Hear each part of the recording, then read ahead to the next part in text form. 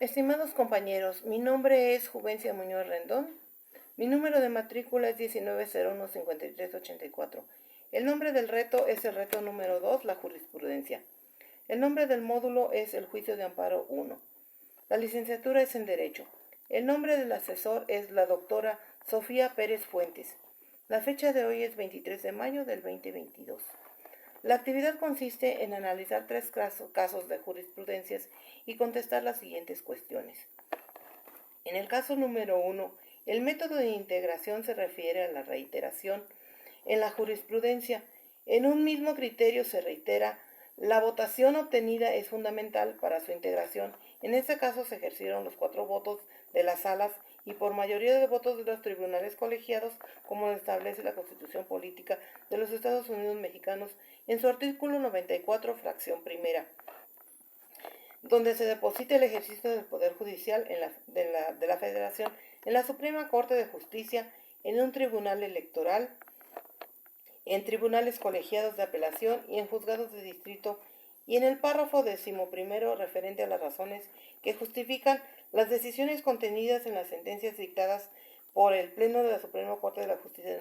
de la Nación y por la mayoría de 8 votos y por las salas por mayoría de 4 votos. Serán obligatorias para las autoridades jurisdiccionales de la Federación y de las entidades federativas, así como el artículo 224 de la Ley de Amparo, que establece por reiteración cuando los tribunales de circuito sustentan por unanimidad un mismo criterio en 5 sentencias no interrumpidas por otra en contrario.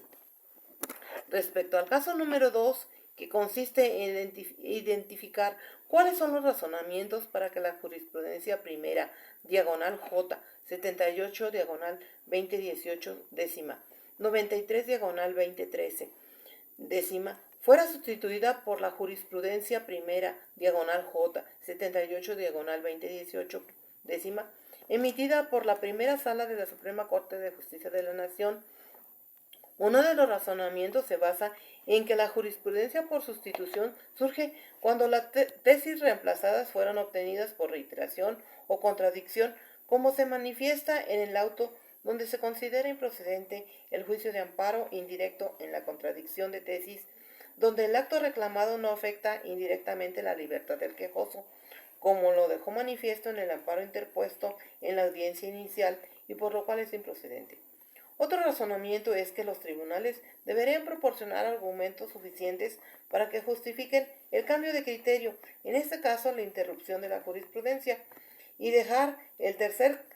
de tener carácter obligatorio según lo estipulado en el artículo 228 de la Ley de Amparo. En este caso, no aplica el amparo indirecto interpuesto por el quejoso, basado en los artículos 162, 163 y 165 de la Ley de Amparo, por solo considerar la citación y no conduce a la aprehensión o afectación de su libertad. Respecto a los casos 1, 2 y 3 de la época en que se publicaron las jurisprudencias en el Semanario Judicial de la Federación, el caso número 1 se publicó en la 9ª época, el caso número 2 se publicó en la 10ª época y el caso número 3 se publicó en la 9ª época. Para el caso número 3, las autoridades obligadas a la aplicación de la jurisprudencia se conforman al resolver la contradicción de criterios emitidos por las salas de la Suprema Corte de Justicia de la Nación, los plenos de circuito o los tribunales colegiados de circuito, según el artículo 16, párrafo 3 de la Ley de Amparo, que establece la jurisprudencia por contradicción de carácter obligatorio, y el artículo 217 de la misma ley. Con respecto al requisito número 1, donde se identifica si cumple con lo establecido en el artículo 223 de la Ley de Amparo, en el caso número 1, a los votos que deben emitirse para su aprobación, cumple con lo establecido en el artículo 94, párrafo primero de la Constitución Política de los Estados Unidos Mexicanos y en el párrafo 11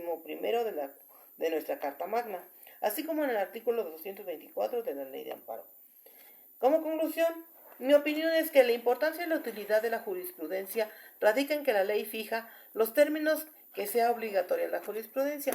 que establezcan los tribunales del Poder Judicial de la Federación sobre la Constitución y normas generales, así como los requisitos para su interrupción, según lo establecido en el artículo 94 de nuestra Carta Magna. De igual manera, su importancia y utilidad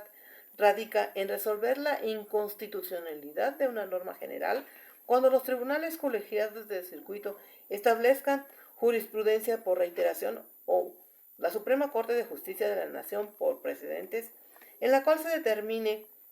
la inconstitucionalidad de una norma general, según el artículo 107 de la Ley de Amparo. Además de que la jurisprudencia es útil por su interpretación que hace el Poder Judicial de la Federación de la Constitución, de las leyes, de los reglamentos y tratados internacionales.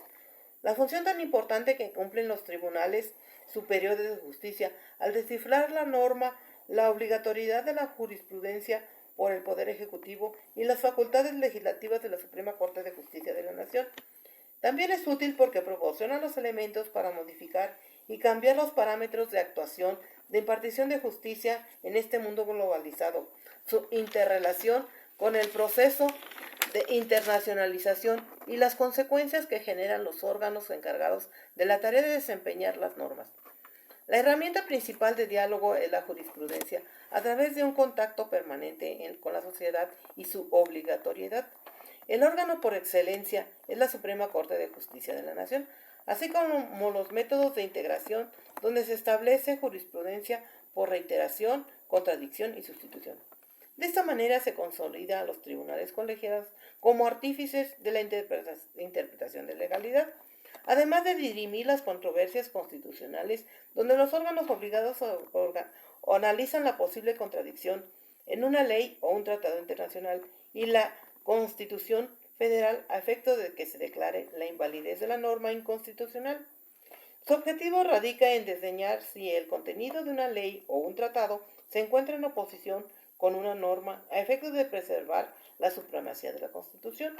de tal manera que la sentencia derivada de la jurisprudencia tiene como soporte la Constitución, a partir de la cual se declara la validez o invalidez de la norma o el tratado en cuestión. Muchas gracias.